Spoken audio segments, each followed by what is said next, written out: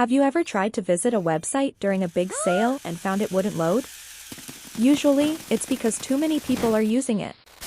But hackers use this same reality as a weapon.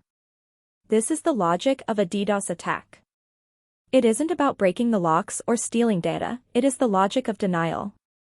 It is the art of making a service disappear by overwhelming it with noise. Every server has a limit, a maximum number of requests it can handle at once. Think of a highway. If 100 cars are on the road, everything moves fast. But if a hacker sends 1 million fake cars onto that same road, no one moves. The logic of a distributed denial of service is to use a botnet, an army of infected computers, to shout at a website all at once. The website isn't broken, it's just too busy to answer the real users. Why is it called a distributed? Because if the attack came from just one computer, the logic of a firewall could simply block that one address. But a DDoS attack comes from everywhere. Thousands of smart toasters, webcams, and home routers, all compromised and working together. This is the logic of amplification.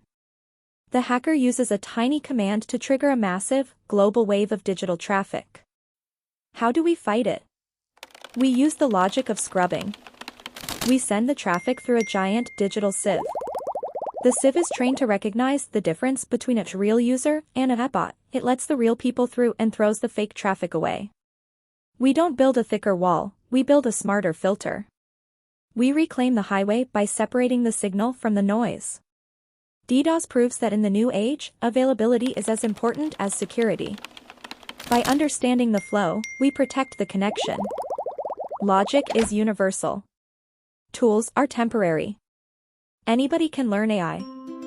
Please subscribe and support us as we build the knowledge vault. Please subscribe. Thank you for joining the journey.